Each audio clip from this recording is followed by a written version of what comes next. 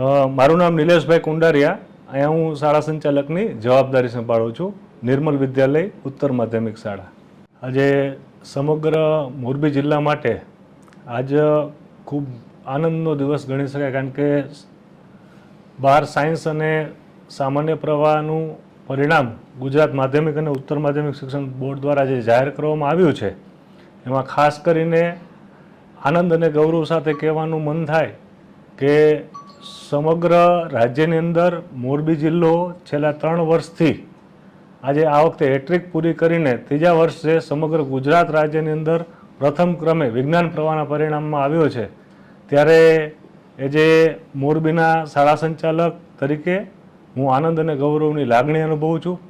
સાથે સાથે મારા માટે બીજી એક આનંદની વાત એ છે કે અમારી વ્યક્તિગત વાત કરીએ તો શાળાનું જે પરિણામ છે, અમારા અહીંયા નિર્મલ વિદ્યાલયની અંદર ખાસ કરીને A1 ગ્રેડમાં મોરબી જિલ્લામાં 47 વિદ્યાર્થીઓ આવ્યા છે, જે પૈકી 16 વિદ્યાર્થી અમારી શાળાના છે. એમાં ખાસ કરીને મને વિશેષ કહેવું ગમશે કે અમારે કૈલા રચિત શક્તિભાઈ, એ દીકરો સમગ્ર રાજ્યની અંદર 99.99% રેન્ક સાથે પ્રથમ ક્રમે આવેલ છે. જેમ આ વખતે પ્રથમ ક્રમે આ દીકરો છે, એમ 2024 અને 2023ના પરિણામની અંદર પણ બંને દીકરા પ્રથમ ક્રમે દીકરોને આવેલા હતા, જેમના નામ છે 24ની અંદર ભોજાણી વિનયભાઈ અને 23ની અંદર દેસાઈ જયભાઈ, જે બંને છેલ્લા 3 વર્ષથી જેમ મોરબી જિલ્લાએ બોર્ડમાં હેટ્રિક મારી છે, એમ અમારા આ ત્રણેય દીકરાઓએ પણ મોરબીની અંદર 99.99 PR સાથે બોર્ડમાં પ્રથમ રહીને હેટ્રિક કરેલ છે, જે બદલ આજે હું આનંદ અને ગૌરવની લાગણી અનુભવું છું. હવે બીજી મહત્વની વાત છે કે અમારા જે આ 16 વિદ્યાર્થી A1 ગ્રેડમાં છે, એમાંથી આજે સમગ્ર ગુજરાત સરકાર આજે નારી શક્તિની વાત કરતી હોય ત્યારે મને કેવું ગમશે, અમારી જે આ દીકરીઓ છે, અમારી ખરા અર્થની અંદર શક્તિ તે છે. એ 16 વિદ્યાર્થીઓ પૈકીથી આજે આ બધી બહેનો છે એ પ્રથમ ક્રમે આવેલી છે, જેની સંખ્યા 10 છે. આખા મોરબી જિલ્લાની અંદર 47 છે, એમાંથી 10 અમારી આ વ્યક્તિગત સ્કૂલની દીકરીઓ છે, જેની હું આજે ખાસ એમના પરિવારજનોને અને બધી બહેનોને અભિનંદન પાઠવું છું. કહેવાય છે ને કે દીકરી ભણે તો આજે 2 પરિવાર તારતી હોય છે, એવી રીતના આજે એમના બધાના માતા પિતા માટે ખૂબ ગૌરવ અને આનંદની ક્ષણ હશે. અને આ વાતનું શાળા પરિવાર, અમારું શાંતિપન એજ્યુકેશન ટ્રસ્ટ એ એમના પરિવારોને શુભેચ્છાઓ પાઠવે છે અને આનંદ અને ગૌરવની લાગણી અનુભવે છે. મારું નામ કૈલા રચિત શક્તિભાઈ છે અને મારો ધોરણ 12માં સાયન્સમાં A ગ્રુપ હતું અને એમાં મારે 99.99% આવેલા છે થિયરીમાં. આ પ્રમાણમાં આ મેળવવા માટે મારી તૈયારી એ હતી કે જે શાળામાં સંપૂર્ણ જે ચાલતું કોર્સમાં તે ઘરે જઈને હું એકવાર પાકું કરતો અને તે લખતો.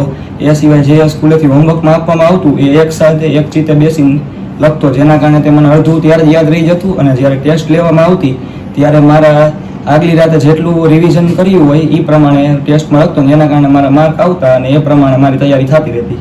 શાળામાં યોગદાન એ રીતે રહ્યું કે આપણે આ જેટલા શિક્ષકો છે અહીંયા તેમણે સમય કરતાં થોડો વહેલા કોર્સ પૂરો કરી દીધો, જેના કારણે પાછળ તૈયારી કરવાનો સમય મળ્યો અને એના કારણે આ સ્કૂલ તરફથી એટલી પરીક્ષાનું આયોજન કર્યું હતું, જેના કારણે સંપૂર્ણ સિલેબસ ઉપર તૈયારી થઈ શકે અને તે પ્રમાણે જે પૂછાય તે પ્રમાણે આપણે આન્સર લખી શકીએ. આ વખતેના પેપરમાં જોવા જઈએ તો એક રીતે થોડાક મીડિયમ સાઇઝ પેપર હતા, જેના કારણે ક્યાંક કોક પેપરમાં એવું હતું કે ટેક્સ્ટબુકમાંથી જે બેઠી લીટી હોય એ મૂકી દીધી, જેના કારણે કોક વિદ્યાર્થીને તકલીફ પડી શકે. પરંતુ સ્કૂલેથી એવી તૈયારી કરાવવામાં આવી હતી જેના કારણે આ તકલીફ ન પડે અને સ્કૂલેથી પહેલેથી સલાહ આપવામાં આવતી ટેક્સ્ટબુક ઉપર તમે નજર રાખતા રહ્યો, જેના કારણે આ તકલીફ ન પડે. ભવિષ્યમાં જે બોર્ડમાં આવવાના હોય એમને મારી 3 સલાહ છે કે જે તમારા શિક્ષકો કરાવે તેના ઉપર તમારે સંપૂર્ણ ભરોસો રાખવો જોઈએ અને જે શિક્ષકો તમને સલાહ આપે તેનું તમારે સંપૂર્ણ માર્ગદર્શન અને તમે સંપૂર્ણ પાલન કરવું જોઈએ. આગળ વધીને મારે ધીરુભાઈ અંબાણી કોલેજ છે ગાંધીનગરમાં આવેલી, તેમાં MNC બ્રાન્ચ પસંદ કરવાનો ઈચ્છા છે, જેના કારણે આગળ હું કમ્પ્યુટર એન્જિનિયરમાં એક ફિલ્ડ છે MNC કરી મેથ્સ એન્ડ કમ્પ્યુટિંગ, તેમાં આગળ ડિગ્રી મેળવવા ઈચ્છું છું. મારું નામ દેકાવડિયા દ્રષ્ટિ દીપકભાઈ છે અને મેં B ગ્રુપ રાખ્યું હતું સાયન્સમાં અને મારે આજે રિઝલ્ટમાં છે ને 99.90 PR આવ્યા છે સાયન્સ પર્સન્ટાઇલ. કરિયરમાં તો હવે MBBS માં એડમિશનનું વિચાર્યું છું. હા, ક્લાસમાં પૂરેપૂરું ધ્યાન આપવાનું અને કંઈક હોમવર્ક સર આપે તો એ એને ઘરે જઈને કમ્પ્લીટ કરવાનું. શાળા પરિવારમાં હે ને બધા સરને ગમે ત્યારે ફોન કરો એ હે ને MCQ સોલ્યુશન માટે અથવા તો થિયરીના ઓલા પેપર માટે હે ને જવાબ આપે દર વખતે. આ વખતેના હે ને પેપર એમ સહેલા હતા MCQ માં એમ, અને થિયરીમાં છે જે હે ને બેઠે બેઠું નહોતું પૂછ્યું અમુક વસ્તુ કેમેસ્ટ્રીમાં ને એમાં. હા, ભવિષ્યમાં હે ને બોર્ડમાં આવનારા વિદ્યાર્થીઓને એ જ સલાહ, ક્લાસમાં પૂરેપૂરું ધ્યાન આપવું અને રોજનું ડેલી ટુ ડેલી વર્ક કરવું.